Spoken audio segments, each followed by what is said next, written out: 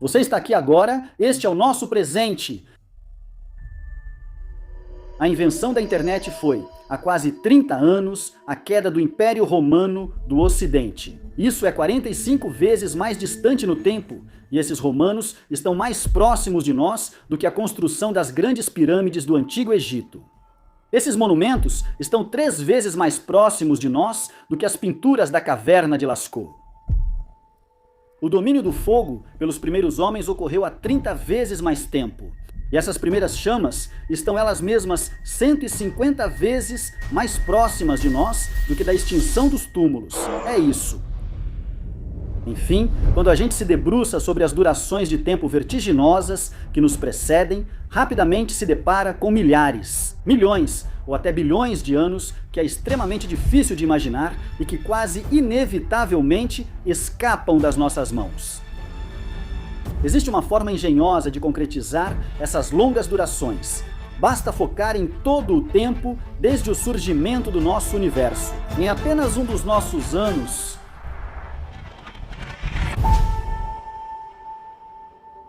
comprimindo assim os 13,8 bilhões de anos de história do nosso universo, até fazê-los caber em apenas um dos nossos anos. Obtemos um calendário no qual cada mês contém 1,15 bilhão de anos, né? Cada dia, 37,8 milhões de anos.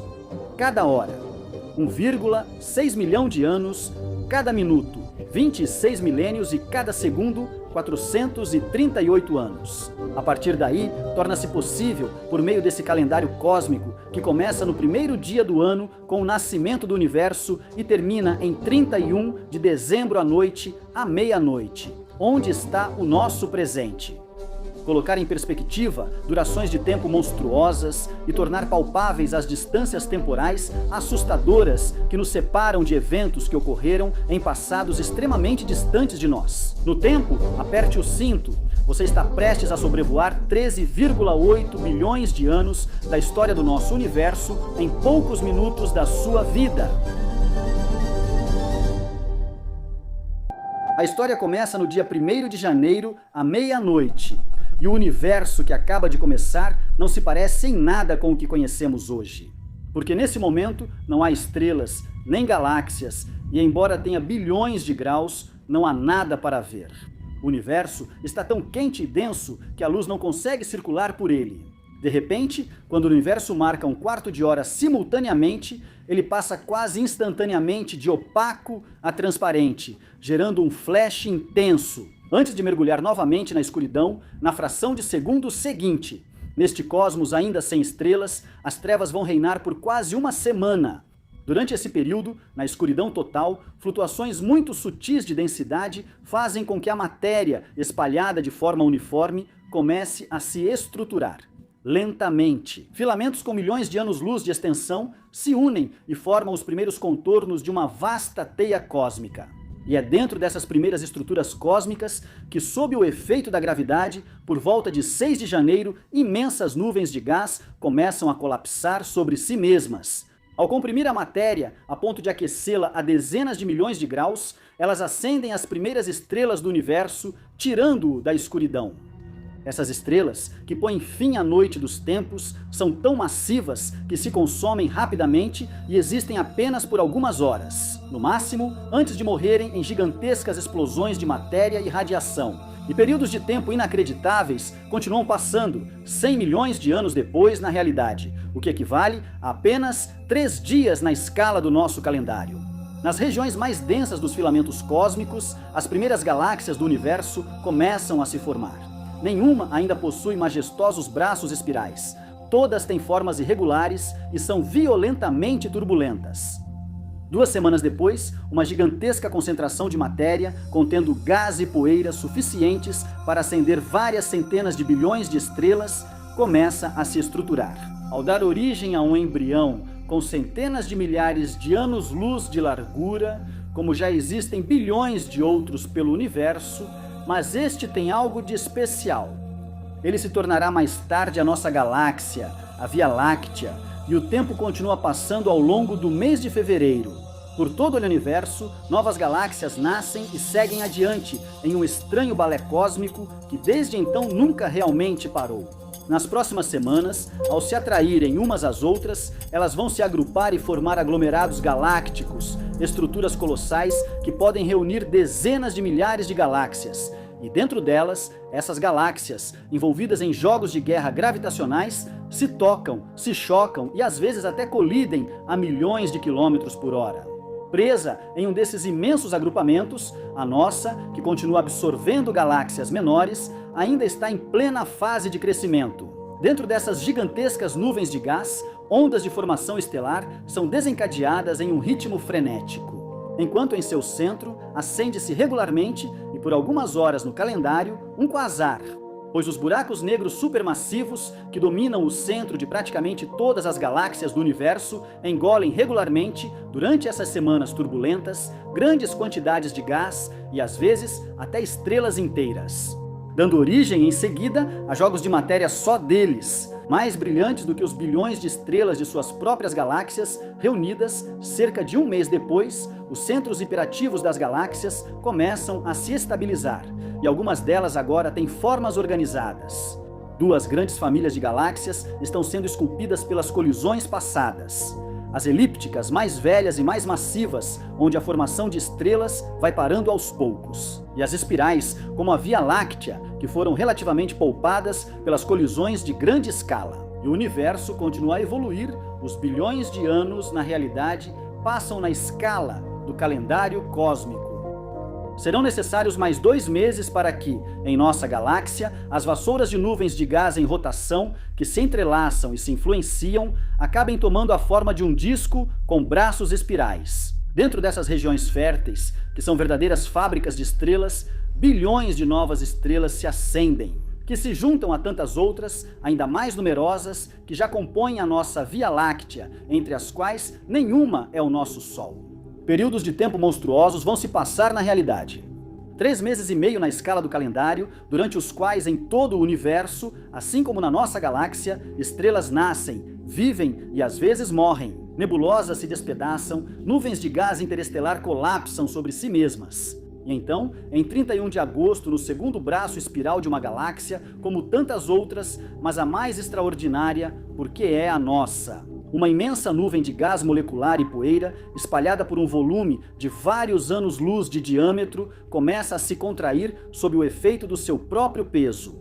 Isso já aconteceu bilhões de vezes e vai acontecer de novo, mas essa nuvem tem algo de especial, porque é ela que vai acender o nosso Sol. Ao colapsar sobre si mesma, as camadas de gás começam a girar, e em poucas horas, ou seja, 5 milhões de anos na realidade, sob o efeito combinado da gravidade e da rotação, uma pequena parte da nuvem de gás e poeira se espalha e assume a forma de um disco turbulento dentro do qual, em poucos minutos do calendário, ou seja, alguns milênios, na realidade, formam-se ao longo das colisões blocos com vários quilômetros de largura, que são os pontos de partida dos mundos que virão, enquanto a maior parte da matéria mergulha e se acumula no centro, onde uma estrela comum começa a brilhar. No total, pouco mais de um dia, na escala do calendário, foi necessário para que 99,9% da matéria da nuvem inicial se reunisse na estrela. E na manhã do dia 1º de setembro, reina no centro do sistema que leva seu nome, o Rei.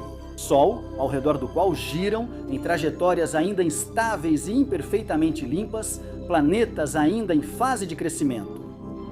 Algumas dezenas de horas depois, o sistema se estabilizou. Um dos mundos rochosos que acaba de nascer em breve se tornará o nosso planeta. Vamos refletir um instante sobre essa ideia. Quando a Terra aparece, 2/3 da idade do universo já se passaram e o nosso querido planeta azul é, na verdade, um mundo vermelho. Um inferno incandescente, coberto por rochas em fusão e continuamente bombardeado por chuvas de meteoritos, cujos impactos enriquecem a Terra com metais pesados que descem até o centro do planeta para formar um coração, um núcleo metálico que se tornará o motor do campo magnético terrestre, que ainda hoje nos protege das radiações solares.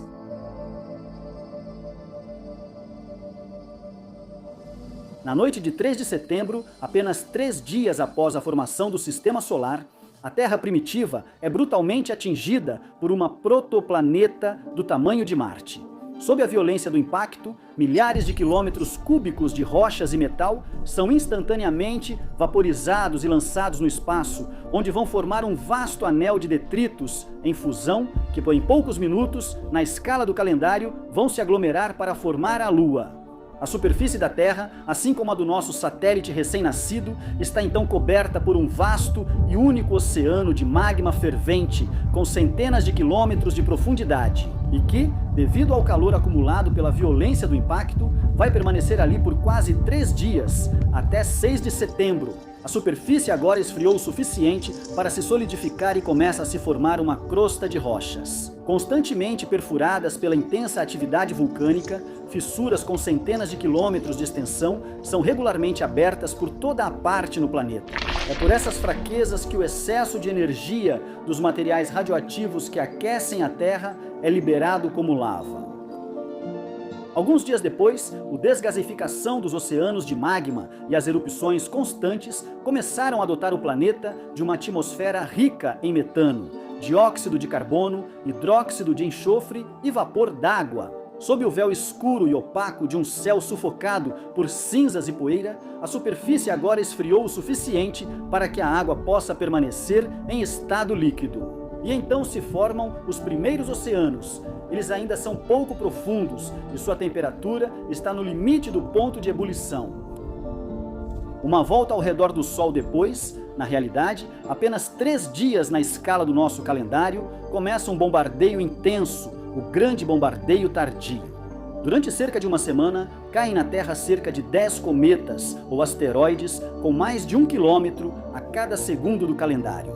Esse fogo intenso vindo do céu traz desolação para a Terra, mas também carrega consigo um tesouro na forma de gelo, água presa em grande quantidade nessas rochas vindas do céu, cuja chuva constante vai se intensificar e gradualmente elevar o nível global de todos os oceanos por volta de 20 de setembro nos oceanos primitivos, fervilhando de atividades químicas. Sob o efeito dos relâmpagos intensos, moléculas simples como aminoácidos, lipídios e bases nitrogenadas começam a se juntar.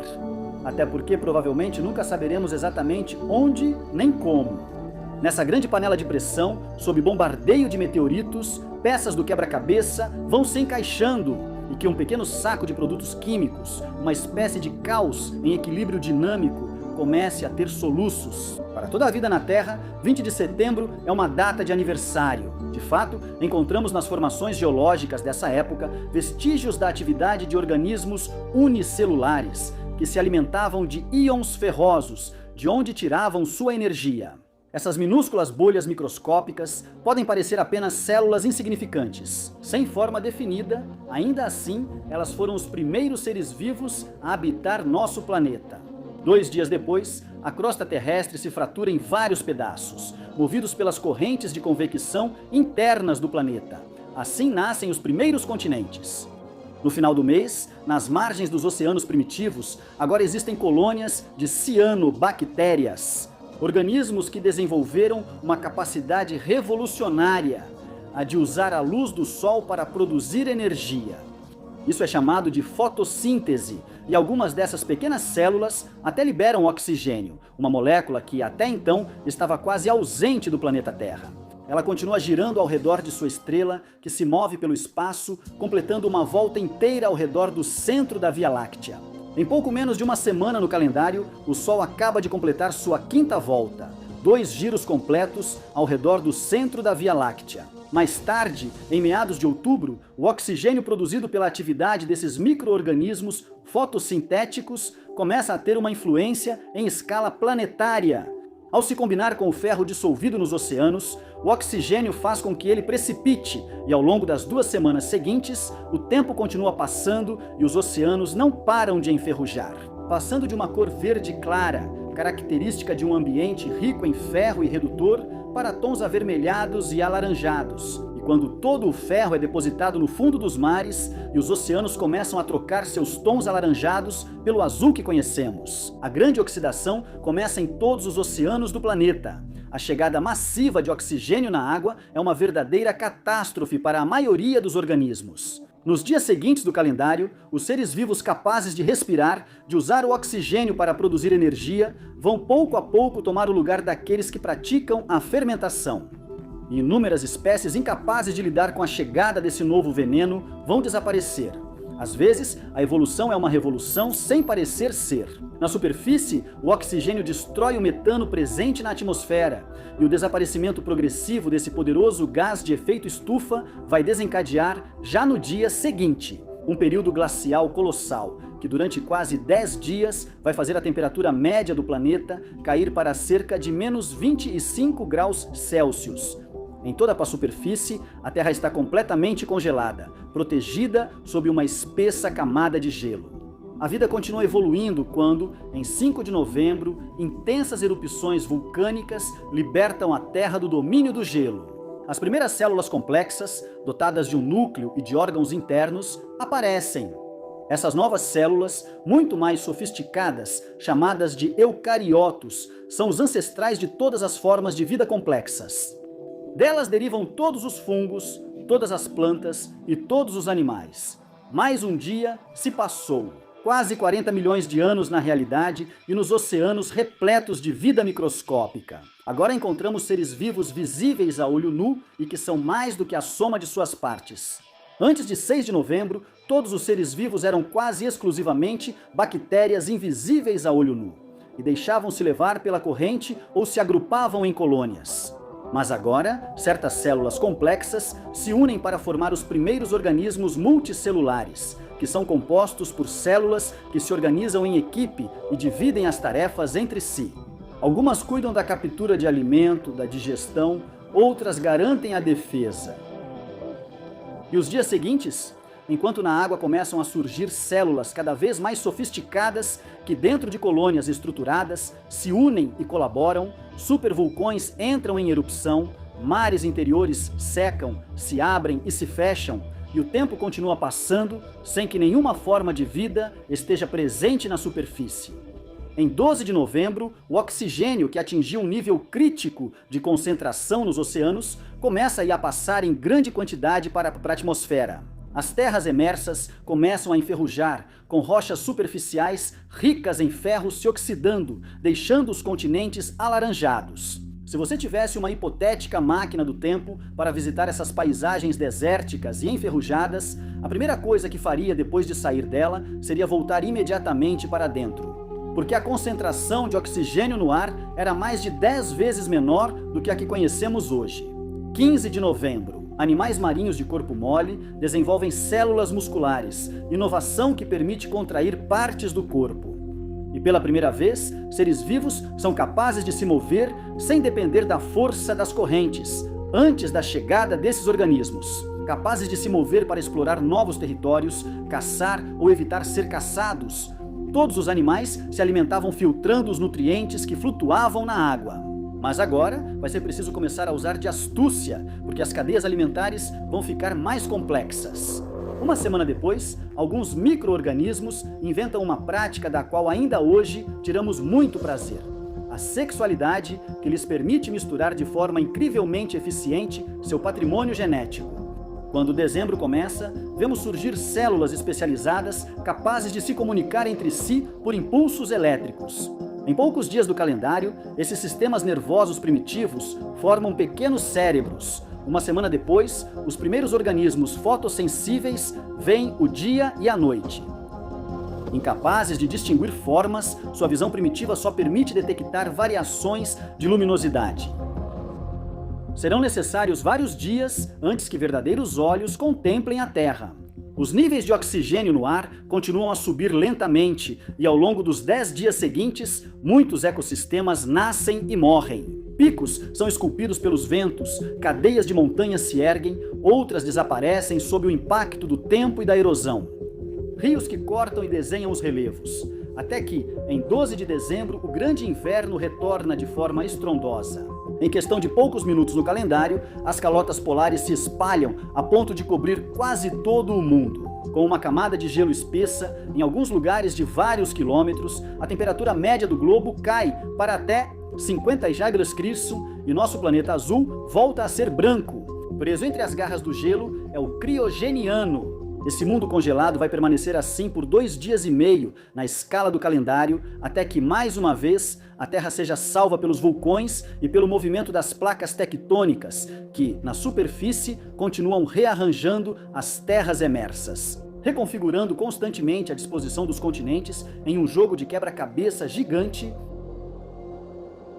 Em 15 de dezembro, embora as temperaturas tenham se tornado mais amenas, a quantidade de oxigênio presente no ar esteja agora próxima de 20% e a camada de ozônio, o escudo natural que protege a Terra dos raios ultravioleta mortais do Sol, tenha completado sua formação em todo o planeta. Não existe nenhum ser vivo evoluindo ao ar livre. Na superfície continental, todas as formas de vida ainda estão restritas à água. 85% da história da Terra já ficou para trás e a grande maioria dos seres vivos ainda é desesperadamente pequena, discreta e mole. Mas isso vai mudar em breve com o início da explosão cambriana, que começa no dia seguinte, no final da tarde. Quando a árvore da vida de repente ganha cores, em poucas horas, todos os modelos corporais ainda existentes até hoje aparecem. Pegue qualquer animal, seja uma ostra ou você mesmo, e é bem provável que a origem de sua arquitetura remonte a esse 16 de dezembro. Nos oceanos, esponjas e corais agora convivem com vários animais que, para sobreviver, desenvolveram placas de proteção, conchas ou exoesqueletos. Vários novos designs são testados para se mover rapidamente, para fugir ou caçar, para se defender ou se camuflar. E começam a surgir órgãos sensoriais avançados, olhos e antenas elaboradas. Na verdade, a variedade de criaturas que povoam nosso planeta se torna tão grande que é possível aos biólogos escreverem livros inteiros sobre cada uma das horas dos próximos dias do calendário. Contar essa história para você, portanto, deixa muitas outras histórias de fora. Já no dia seguinte, os 4 pares de patas articuladas dos artrópodes ancestrais dos insetos, aracnídeos e crustáceos dominam os oceanos. Seu número e diversidade logo os tornarão mestres incontestáveis do reino animal. Eles ainda são reis discretos desse reino. Pense que hoje, 80% das espécies registradas são artrópodes. No meio do dia, surge um gigante nos mares, chamado Anomalocaris, que mal ultrapassa 30 centímetros, tanto que, ao caminhar pelas margens, ainda sem vida dessa época, você teria sido literalmente a criatura mais imponente de todo o planeta. Na manhã de 18 de dezembro, peixes com uma coluna vertebral cartilaginosa aparecem. Alguns desses primeiros vertebrados vão, nas horas seguintes, desenvolver uma mandíbula articulada que lhes permite morder e triturar. Já faz quase 4 meses desde que a vida apareceu, e em terra firme, até onde a vista alcança, ainda não há nenhum musgo, nenhuma planta, nenhum sinal de vida ao ar livre.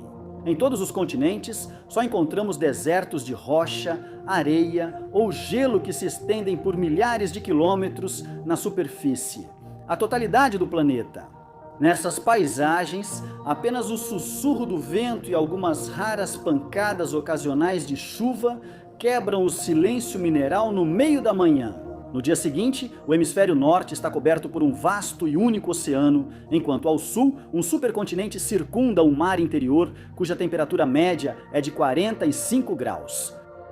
Alguns musgos e algas se aventuram timidamente pelas margens e sobem gradualmente ao longo dos cursos d'água, centímetro por centímetro. Essas plantas, desprovidas de verdadeiras raízes e que são as primeiras plantas e algas a ousar se aventurar fora da água, começam a transformar a natureza dos solos. Ao atacar os minerais, elas levarão 2 dias para conquistar a superfície de todos os continentes.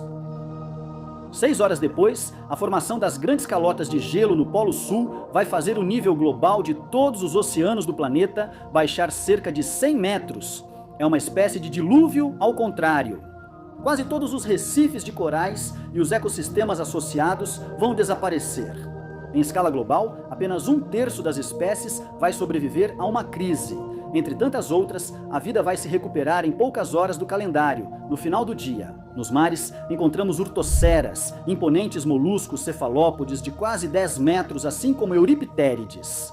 um escorpião do mar do Siluriano, um caçador habilidoso que pode chegar a 2 metros de comprimento e cujas pinças cortantes e articuladas aterrorizam os trópicos. Depois, por volta das 21 horas, pequenos crustáceos se aventuram na lama das margens. Eles são os primeiros animais a conquistar a terra firme. Na manhã seguinte, encontramos insetos e pequenas plantas até o coração dos continentes, e a era do gelo já ficou para trás. Todas as calotas derreteram e o nível dos mares subiu quase 300 metros. Os primeiros anfíbios pisam timidamente nas margens do oceano Pantalassa e, com pulmões cheios, tornam-se os primeiros vertebrados terrestres. Os minutos passam e eles se adaptam, ossos sólidos se desenvolvem em suas nadadeiras. Em breve, eles terão deixado definitivamente o mar para passar a viver principalmente na atmosfera. E eis que as plantas terrestres, que até então eram pequenas e modestas em tamanho, começam a crescer. Nas primeiras florestas de cavalinhas e samambaias arborescentes, encontramos plantas com vários metros de altura. No dia 21, no início do dia, certas plantas desenvolvem uma coisinha aparentemente insignificante, mas que vai mudar as paisagens do mundo inteiro: a semente. Com o desenvolvimento dessas cápsulas de sobrevivência, que contêm reservas de alimento para o embrião vegetal e podem permanecer em dormência por anos, esperando as condições ideais antes de começar a germinar. As primeiras plantas com sementes vão se espalhar e prosperar em ambientes de clima rigoroso e hostil, onde as samambaias não conseguem sobreviver. Quando o dia chega ao fim, as plantas, com seus sistemas radiculares robustos, colonizaram completamente as terras e, por seu efeito sobre a erosão, agora modificam e moldam o clima. E é nesse mundo quase totalmente verde na superfície que alguns insetos começam a voar. Eles são os primeiros seres vivos na Terra a deixar o solo para conquistar o céu. Na manhã seguinte, está quente e úmido praticamente em todos os lugares. Grande parte do mundo está coberta por florestas pantanosas, exuberantes, cujas plantas, ao morrerem, aprisionam o carbono em troncos e raízes. Isso dá origem, após vários dias de compressão, em escala de calendário, à maioria dos depósitos de carvão que exploramos hoje. Durante horas, os níveis de oxigênio no ar atingem níveis altíssimos. Insetos e artrópodes aproveitam esse ar carregado de energia, no qual as concentrações de oxigênio são 2 vezes maiores do que são hoje, para atingir tamanhos prodigiosos. Na Terra daquela época não era raro encontrar libélulas com 1 metro de envergadura, escorpiões de 75 centímetros, assim como centopeias de quase 2 metros, como a Artropleura, terror rastejante que vive sob as folhagens. Eles frequentemente causam grandes incêndios florestais, pois nesse mundo hiperoxigenado, tudo pega fogo mais facilmente, e quando o raio cai, muitas vezes é seguido por incêndios incontroláveis. No meio do dia, estávamos nas florestas de cavalinhas e samambaias gigantes do Carbonífero. Os primeiros répteis, que graças à sua pele escamosa, resistente à desidratação e com uma respiração mais eficiente do que a dos anfíbios, estão preparados para viver ao ar livre. Graças ao seu ovo amniótico, que contém tudo o que é necessário para o embrião crescer e protegê-lo. Atrás de uma casca que os protege das condições externas, os répteis podem botar ovos em qualquer lugar e assim colonizam rapidamente todos os continentes. No final do dia, algumas plantas inventam a lignina, um composto notável que reforça suas paredes celulares e lhes dá uma rigidez que permite alcançar tamanhos impressionantes. E começamos a ver o surgimento de florestas de coníferas gigantes. No dia seguinte, todas as terras emersas do planeta começam a se agrupar e dar origem a um único supercontinente. A Pangeia, em seu centro, se estende por milhares de quilômetros de comprimento. Uma cadeia de montanhas gigantesca, a cadeia Herciniana, cujos picos rivalizam em tamanho com os cumes mais altos do Himalaia. Hoje, a presença desses relevos marcantes vai modificar radicalmente o clima. No final da tarde, no interior ao sul da cadeia Herciniana, está tão quente e seco que restam apenas vastas regiões desérticas por milhares de quilômetros. Enquanto isso, as florestas temperadas e úmidas foram empurradas para as extremidades do planeta, próximas ao círculo polar. No dia 24 de dezembro, no início da tarde, começam erupções vulcânicas de uma magnitude fenomenal na região que mais tarde se tornará a Sibéria. Fluxos de lava perfuram continuamente a crosta terrestre, a ponto de cobrir uma área de tamanho comparável à Europa, com quase 2 quilômetros de espessura de lava. Carregado de poeira e cinzas em suspensão, o céu escurece em todo o planeta, enquanto o dióxido de enxofre expelido pelos vulcões se dissolve na água da chuva e as nuvens derramam gotas de ácido sulfúrico. Com o oxigênio reduzido, os ambientes marinhos são sufocados pelas algas, enquanto níveis de CO2 acima dos limites elevam a temperatura média da superfície do planeta até 40 graus. E toda a Pangeia se transforma em um imenso continente seco e escaldante quando termina a mais violenta crise biológica da Terra. 70% das espécies que viviam nos continentes e 95% das que viviam nos oceanos foram extintas. As erupções colossais duraram cerca de 20 minutos no calendário, mas a vida no geral vai levar meio dia para reconstruir ecossistemas complexos e quase 3 dias para recuperar uma biodiversidade comparável à que existia antes dessa brutal extinção em massa. É dia de Natal, quando os primeiros dinossauros aparecem e sua linhagem em breve vai dominar o mundo. Em seguida vêm os mamíferos, então pequenos animais noturnos e discretos que se alimentavam principalmente de insetos. Os picos da cadeia herciniana começam a perder sua imponência nos dias que se seguem. O tempo e a erosão acabarão prevalecendo. Desses cumes envelhecidos que inexoravelmente se achatam e se espalham, seus vestígios aplainados e desgastados ainda existem hoje. Eles se chamam Maciço Central, Vosges, Apalaches ou Cordilheira dos Urais. Mais um dia se passou, quase 40 milhões de anos na realidade. E no início da noite desse 26 de dezembro, todas as terras emersas do planeta começam a se fragmentar. Segundo as linhas de força e fraqueza da crosta, essas fraturas originarão os continentes atuais, cada um separadamente. Por sua vez, a Índia começa a subir em direção ao norte. Ela vai levar 3 dias para atravessar o oceano antes de colidir com a Eurásia. Em 27 de dezembro, os desertos áridos do final do Triássico foram substituídos por florestas tropicais exuberantes. Entramos no mundo Jurássico.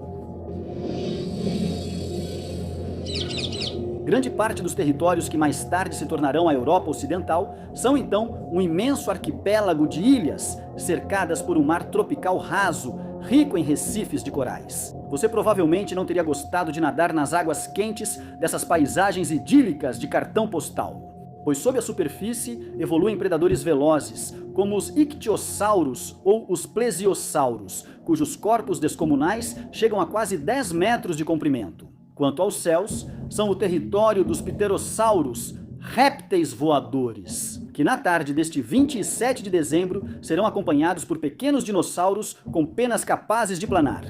Algumas horas depois, no calendário, lá estão eles já voando. É o ato de nascimento das primeiras aves nesses cenários épicos do Jurássico. Os mamíferos agora ocupam todos os nichos ecológicos, raramente ultrapassando 10 centímetros. A maioria vive em árvores ou em buracos. Para eles, é uma boa opção permanecer pequeno, agir com discrição. Porque os reis da selva, os dinossauros, começaram uma corrida pelo gigantismo no início da noite. Por volta das 19 horas, encontramos estegossauros, alossauros, e por volta das 23 horas, as vastas florestas de coníferas são percorridas pelos maiores animais que a terra firme já abrigou. Os saurópodes, cuja massa pode chegar a até 20 vezes a de um elefante. No dia seguinte, os dinossauros seguem reinando soberanos. O grande mar interior da América do Norte se tornou o terreno de caça dos mesossauros, répteis marinhos gigantes aparentados com lagartos e cobras. Em terra firme, nas florestas, agora há toques de cor onde antes predominava um verde quase uniforme, pois em algumas árvores agora encontramos sementes envoltas em polpa. E as primeiras plantas com flores fazem sua aparição, seguidas de perto pelos primeiros insetos polinizadores, como as abelhas e as borboletas. No fim da tarde do dia seguinte, inicia um dos períodos mais quentes da história do planeta. Todas as geleiras, dos polos ao topo das montanhas, derreteram e 1/3 da superfície dos continentes, que há poucas horas estava exposta ao ar livre, agora está submersa. Nas latitudes tropicais, a temperatura média da água gira em torno de 36 graus Celsius e encontramos florestas densas e marés até as regiões polares.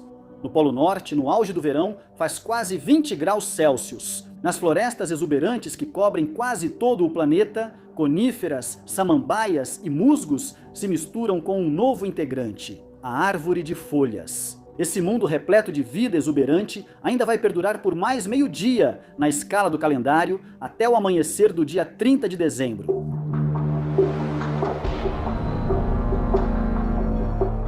Às 6h30 em ponto, a festa para de repente, quando um asteroide de cerca de 10 quilômetros de diâmetro atinge nosso planeta a cerca de 65 mil quilômetros por hora, deixando para trás uma cratera de 180 quilômetros de diâmetro, e o mundo devastado. As poeiras, lançadas na atmosfera pela força do impacto, transformam então o dia em noite na maioria das regiões do mundo. Na escala do calendário, esse céu encoberto de cinzas vai se dissipar em 1/10 de segundo. Para 75% das espécies que viviam então em nosso planeta, a história termina aí. Para os dinossauros não avianos, é o fim de um reinado sem igual, que durou 4 dias e meio na escala do nosso calendário. Algumas horas depois, a vegetação voltou com força total, e nas grandes florestas temperadas de folhas caducas. Para economizar energia, as árvores de folhas aprendem a perdê-las, deixando sua cobertura durante o inverno, e assim, sem querer, inventam as cores do outono. São quase 10 horas da manhã, quando enormes aves incapazes de voar e podendo medir até 3 metros de altura, com mais de 200 quilos, aparecem na América do Sul. Nas florestas tropicais dessa região do mundo, havia então tartarugas de água doce gigantes, capazes de comer crocodilos, e serpentes de 2 toneladas com 13 metros de comprimento. As titanoboas. Em poucas horas essas espécies sumirão, e novamente as calotas vão cobrir os polos, armazenando a água em forma de gelo. Elas vão desaparecer, secando os mares interiores da América do Norte, da África e de outros lugares. São apenas 13 horas quando o mercúrio começa a subir rapidamente. A temperatura média do planeta vai aumentar, 8 graus em 45 segundos. Às 17 horas, os morcegos, os primeiros mamíferos voadores e suas mãos desproporcionais levantam voo. Uma hora depois, nas vastas planícies da Ásia Central, surge Androsarchus, uma hiena sob efeito de esteroides, medindo cerca de 1,80 metro de altura na cernelha e pesando 800 quilos. Em terra firme, os ancestrais dos cetáceos começam a retornar para a água e, para poderem respirar melhor, suas narinas vão migrar até o topo da cabeça. Às 22 horas, eles já estão completamente debaixo d'água. Alguns, como os basilossauros, são predadores assustadores que chegam a quase 20 metros e pesam cerca de 60 toneladas. Às 23 horas, surge nas florestas tropicais da Ásia Central uma espécie de mamífero gigante. Com a altura de um prédio de 4 andares, ele arrastará sua imponente carcaça pelo globo. E aqui estamos, chegamos ao último dia do ano. A disposição dos continentes agora se parece, em quase todos os aspectos, com a que conhecemos hoje. Por volta das 10 horas da manhã, surge nos oceanos o megalodon, uma espécie de tubarão que pode ser até 3 vezes maior que o grande tubarão branco e que vai desaparecer em um piscar de olhos. Os ancestrais de todos os grandes macacos, dos quais fazemos parte, aparecem pouco depois das 14 horas, com suas mãos preenses e seus olhos na frente da cabeça, que lhes conferem uma visão em relevo, permitindo avaliar as distâncias. E seus cérebros. Cada vez mais desenvolvidos, esses primatas vão colonizar uma grande variedade de ambientes florestais. Às 19h30, começamos a encontrar os primeiros hominídeos e bípedes, capazes de se manter sobre suas 2 patas traseiras. Eles têm as mãos livres para manipular ferramentas. 45 minutos depois, às 20h15, o Estreito de Gibraltar se fecha devido ao movimento das placas tectônicas. Privada do abastecimento de água do Oceano Atlântico, o mar Mediterrâneo vai quase inteiramente evaporar em poucos segundos do calendário, deixando em seu lugar um deserto de sal situado abaixo do nível dos oceanos e, em alguns pontos, com profundidade de 2.500 metros. Essa impressionante bacia seca vai permanecer assim por cerca de meia hora antes que violentos terremotos reabram o estreito e que um fluxo de água monstruoso, estimado em 1000 vezes o do Amazonas, venha preencher o Mediterrâneo renascente em uma fração de segundo. Quando esse dilúvio de água vindo do Oceano Atlântico termina, o nível global de todos os oceanos do planeta caiu quase 6 metros. 15 minutos depois, às 21, aparecem os australopitecos e, em seguida, muitas outras espécies do gênero Homo surgem. Às 21h40, encontramos o Homo habilis. Às 21h30, o Homo rudolfensis. Às 21h20, o Homo ergaster, que é o primeiro a fabricar ferramentas de pedra. Meia hora depois, o Homo erectus aparece. Ele é o primeiro hominídeo a cozinhar alimentos. Às 22h44, encontramos mulheres e homens de Neandertal. Dominam e conservam o fogo, enterram seus mortos e usam joias. E quando, finalmente, Homo sapiens entra em cena no mundo, o relógio marca 23h48. Nossa espécie está presente apenas na África. 10 minutos depois, encontraremos nossos vestígios em todos os continentes, exceto na América e na Antártica. Às 23h58, fazemos as primeiras esculturas e pinturas. Somos apenas algumas centenas de milhares de indivíduos em todo o planeta, mas bem organizados. Pedras lascadas e domínio do fogo. Já temos uma influência considerável e no rastro das nossas migrações, 80% das outras espécies terrestres com mais de 1 tonelada vão desaparecer. Na Austrália, 15 dos 16 membros da megafauna se extinguem nos 30 segundos após a chegada dos primeiros humanos ao continente. Graças à linguagem, nossas ideias e inovações podem sobreviver à morte dos indivíduos, passando de cabeça em cabeça.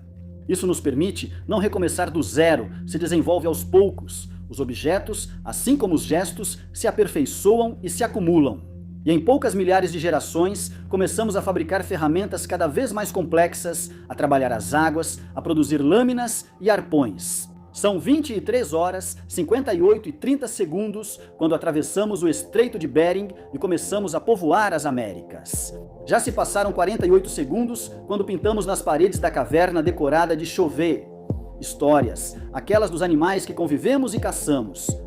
Já se passaram 50 segundos quando o homem de Neandertal, com quem cruzamos e convivemos por quase 40 segundos, desaparece. E é mais ou menos por aí, às 23h59... De tanto fazer amizade com os lobos, acabamos por domesticá-los e transformá-los em cães. Às 23h59:15, inventamos a cerâmica. E, de tanto fugir das nevascas ou da seca, de seguir os renas, os salmões, os rios, a migração dos auroques ou dos cavalos. Às 23h59:30, uma parte de nós se estabeleceu suavemente nas pradarias aluviais. De regiões temperadas, onde se inventam para a agricultura, plantando sementes e passando de caçadores-coletores nômades a agricultores. A gente se obriga a ficar no mesmo lugar e a construir as primeiras aldeias. 5 segundos depois, a Terra no total abriga cerca de 5 milhões de pessoas, ou seja, mais ou menos o mesmo número de habitantes que a Nova Zelândia tem hoje. E nos 10 segundos seguintes, a gente aprende a cultivar trigo e painço, arroz, banana e taro, batatas, milho, abóboras, feijões. E enquanto domesticamos e transformamos as plantas, fazemos o mesmo com os animais. Cabras, ovelhas, bois e zebus, porcos, galinhas e gatos são, por sua vez, domesticados. São 23h59:45 quando domesticamos cavalos pela primeira vez e 47 segundos depois quando começamos a fundir metais. E em seguida, desenvolvemos a escrita e saímos da pré-história. Então, começam os últimos 13 segundos do calendário, e eles incluem tudo o que chamamos de história, registrada na pedra, no barro ou no papel. As ideias e o conhecimento agora podem ser guardados fora das cabeças. acumulando-se e se espalhando rapidamente além de sua cultura original. O ponteiro dos segundos ainda não teve tempo de marcar mais um segundo, e já surge, logo em seguida, a técnica que permite contabilizar as colheitas. Ditando leis como contando histórias, surgem as primeiras grandes civilizações na Mesopotâmia, no Vale do Indo e no Egito. Em 2 segundos, erguem-se as grandes pirâmides e em 3 segundos, domina-se a metalurgia do bronze e depois do ferro. Aparecem alfabetos e ele constrói cidades como Atenas ou Roma. Na escala do globo, acabamos de ultrapassar os 100 milhões de indivíduos, população do Egito atual. São 23 horas, 59 minutos e 55 segundos. Quando o cristianismo surge, o mundo conta então com cerca de 170 milhões de habitantes, dos quais quase um quarto vive no Império Romano, que está em seu auge. Um segundo depois, eles desmoronam, a Europa entra na Idade Média e no segundo seguinte, outros impérios nascem e morrem ao redor do mundo. Na América Central, o Império Maia se ergue e depois cai. Às 23 horas 59 e 57 segundos, os vikings pisam na América do Norte, passando pela Groenlândia. A população mundial agora é de 250 milhões de pessoas em todo o planeta, ou seja, um pouco menos de humanos do que atualmente existe no arquipélago indonésio. A Guerra dos 100 Anos começa e termina em um quarto de segundo.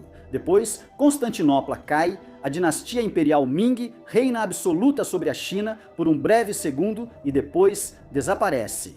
Enquanto a imprensa começa a difundir o conhecimento em grande escala e Cristóvão Colombo redescobre a América, entramos no último segundo do calendário, no qual cabe toda a era moderna. As grandes descobertas, as revoluções políticas, científicas e industriais, a máquina a vapor, os trens, as fábricas, a eletricidade, as 2 guerras mundiais e a invenção de uma quantidade impressionante de objetos pelos quais, há apenas um segundo, mais de um rei teria levantado um exército. E aqui estamos nós, chegamos ao presente. Ding dong, é meia-noite, é hoje. Vamos parar um segundo para pensar nessa ideia. Toda a nossa história, tudo o que foi dito, escrito, lido, esculpido, pintado ou inventado, cabe no último pequeno quarto de hora da última hora do último dia desse calendário cósmico, no qual a duração de uma longa vida humana é equivalente a um piscar de olhos, sua pálpebra desce. E então, 45 anos se passaram, ela sobe de novo em seguida e já acabou. Seja em volta de uma fogueira, livro, telescópio, microscópio ou na internet, humanos sempre buscaram entender o mundo. Ao se debruçarem sobre as leis da natureza e estudarem a composição dos fósseis e das rochas, alguns membros da nossa espécie nos permitiram reconstituir a grande história do cosmos, da vida e das nossas origens. Ao reviver as histórias desses mundos extintos, perceberam que somos fruto de uma linhagem de vida contínua, cuja história começou a ser escrita em Mima Sempundu, na Terra, quando o universo já tinha 2/3 da idade que tem hoje. Com seus conhecimentos e invenções, nossa espécie adquiriu imensos poderes, consumindo muita energia fóssil que a natureza levou semanas para formar. Ela até conseguiu, sem querer, aumentar a temperatura média do planeta em quase 2 graus em apenas 1 segundo. Um período de tempo tão curto que os únicos eventos cujas consequências podem rivalizar com os efeitos da nossa modernidade são grandes erupções vulcânicas ou impactos de asteroides de grande escala. No entanto, apesar do nosso conhecimento impressionante, somos incapazes de prever nosso próprio comportamento e, portanto, o que o futuro próximo nos reserva. Ninguém é capaz de dizer, mas seja qual for a resposta, uma coisa é certa: a história da Terra continuará. E nosso conhecimento das leis da natureza nos permite prever o que a espera em tempos muito longos. Então, aqui está o que sabemos sobre isso. Daqui a 4 minutos no calendário, o céu visto do nosso planeta não se parecerá em nada com o que conhecemos hoje. Pois, devido aos seus movimentos em nossa galáxia, as estrelas acabarão transformando a abóbada celeste, desenhando centenas de novas constelações. Daqui a 40 minutos, sem manutenção, até mesmo os mais imponentes edifícios construídos em pedra hoje terão sido apagados. Com o tempo, desgastados pela chuva e ventos, sofrem com as agruras dos anos. E, nos próximos dias, a grande dança dos continentes vai continuar, o rift da África Oriental vai se abrir, dando origem a um novo mar. A América do Norte se rasgaria parcialmente e a Austrália iria colidir com a Indonésia. Depois, com a Ásia, enquanto o continente africano fecharia o mar Mediterrâneo antes de colidir com a Europa. Estamos em 7 de janeiro, quando todos os continentes do planeta finalmente se reuniram para formar juntos a Neopangeia. Nosso sistema solar terá completado seu ciclo, uma volta completa ao redor do centro da Via Láctea, a partir de sua posição atual, uma nova volta ao redor do centro galáctico depois, ou uma semana no calendário, se você preferir. Terá se tornado impossível assistir a um eclipse total da nossa estrela, pois a Lua, que desde sua formação não para de se afastar do nosso planeta. No ritmo de cerca de 3,7 centímetros por ano, terá então um tamanho aparente pequeno demais para poder ocasionalmente encobrir totalmente o Sol. Uma semana depois, em 21 de janeiro, nossa estrela, que desde seu nascimento ganha continuamente em luminosidade, já terá se tornado tão brilhante no céu que, para os seres vivos, no geral, as coisas vão começar a ficar seriamente complicadas. Devido ao aumento da intensidade, a erosão das rochas superficiais aprisionará o dióxido de carbono do ar no solo. Paralelamente, a tectônica de placas do nosso planeta envelhecido vai desacelerar terrivelmente e a atividade vulcânica praticamente cessar, de modo que, sem vulcões, para reinjetar dióxido de carbono na atmosfera, as concentrações de CO2 caem drasticamente. Até que, para quase todas as plantas, realizar a fotossíntese se torne impossível nos dias seguintes. Com o empobrecimento contínuo da atmosfera em CO2, as plantas desaparecem progressivamente e, com elas, os animais, que dependem delas indiretamente para viver. Mal chegamos em fevereiro. Uma vez que as plantas desaparecem, as concentrações de oxigênio presentes na atmosfera desabam e, com isso, a camada de ozônio se dissipa, provocando a extinção das últimas formas de vida complexas na superfície. Paralelamente, a luminosidade do Sol continua a crescer e nas 2 semanas seguintes, ela atinge e depois ultrapassa um nível de 10%. Hoje, a temperatura média da superfície já está em 50 graus Celsius e os oceanos começam a evaporar, transformando gradualmente nosso mundo em uma verdadeira sauna. Pouquíssimos unicelulares conseguem resistir a esse inferno. No início de março, o núcleo da Terra esfriou e se solidificou. O fim do seu movimento marca o término do campo magnético que nos serve de escudo protetor. E as hipotéticas formas de vida restantes ficam submetidas ao bombardeio mortal das partículas de alta energia vindas do nosso Sol. Em meados de março, nosso planeta azul agora só tem um nome. O aumento da intensidade do Sol fez a temperatura da superfície do globo subir para quase 150 graus Celsius. Exceto talvez por alguns extremófilos relegados a lagos de altíssima altitude ou cavernas subterrâneas, nada na Terra pode sobreviver indefinidamente, a vida se extingue. Um mês depois, nenhuma espécie complexa está presente para admirar os céus que se transformam. À medida que a galáxia de Andrômeda, já claramente visível a olho nu há várias semanas, começa a se fundir com a Via Láctea. Nos meses seguintes, as duas galáxias se misturam e, ao perturbar as nuvens de gás e poeira que as compõem, desencadeiam o nascimento de centenas de milhões de novas estrelas. Enquanto formam juntas uma galáxia gigante que foi batizada de Milcomeda. E é sob um céu noturno banhado por uma imensa luz que a morte do Sol começa, Mime. E depois de esgotar suas reservas de hidrogênio em seu núcleo, nossa estrela deixa sua sequência principal e começa a se transformar em uma gigante vermelha. 6 semanas depois, o Sol ficou 2.700 vezes mais brilhante do que é hoje. E ao expandir, multiplicando seu raio por 250, ele vaporizou Mercúrio e Vênus. E seus surtos de fúria chegam a lamber a superfície do nosso planeta, que é reduzido a cinzas por aquele que permitiu seu nascimento. Assim, a matéria que compõe tudo ao seu redor, inclusive você, um dia acabará se encontrando nas camadas periféricas do Sol. Em apenas alguns dias, esse Sol gigante vai murchar e desaparecer. Não resta mais nada no centro, no lugar do Sol agora desaparecido, além de um pequeno ponto branco e pálido, quase invisível. Uma estrela moribunda chamada Anã Branca, onde está comprimida 50% da massa do Sol em um volume apenas um pouco maior que o da Terra, e ao redor da qual se formou uma nebulosa planetária composta por camadas de gás expulsas das camadas externas do Sol. Esse resíduo de estrelas mortas não possui mais nenhuma fonte de energia e inexoravelmente esfria, e tudo o que resta do fogo, nosso Sol, que terá existido no total um pouco menos de um ano na escala do calendário. Estamos em meados de julho e para o Sistema Solar a história acabou. Mas uma galáxia, como a futura Milcomeda, cujo céu ainda está povoado por bilhões de estrelas, concentra matéria suficiente para continuar acendendo sóis. Com seus planetas girando ao redor por ainda centenas, talvez até milhares de anos do calendário cósmico, outras histórias continuarão a ser escritas em outros lugares de todo o universo. De certo modo, foram precisos 13,8 bilhões de anos para criar este vídeo. Não hesite em compartilhar os segredos do Templário, você encontrará aqui um link no Tipeee. O que você acha que havia antes de nós? Afirmo que este mundo sempre existiu. Ele está aqui desde o início dos tempos. Você quer dizer que não era dia antes? Ele se apoia em 4 elefantes que estão sobre uma tartaruga. Você está falando besteira. Se quer minha opinião, nós 3 estamos errados. Acho que você está certo. Tenho a impressão de que é ainda mais louco do que isso.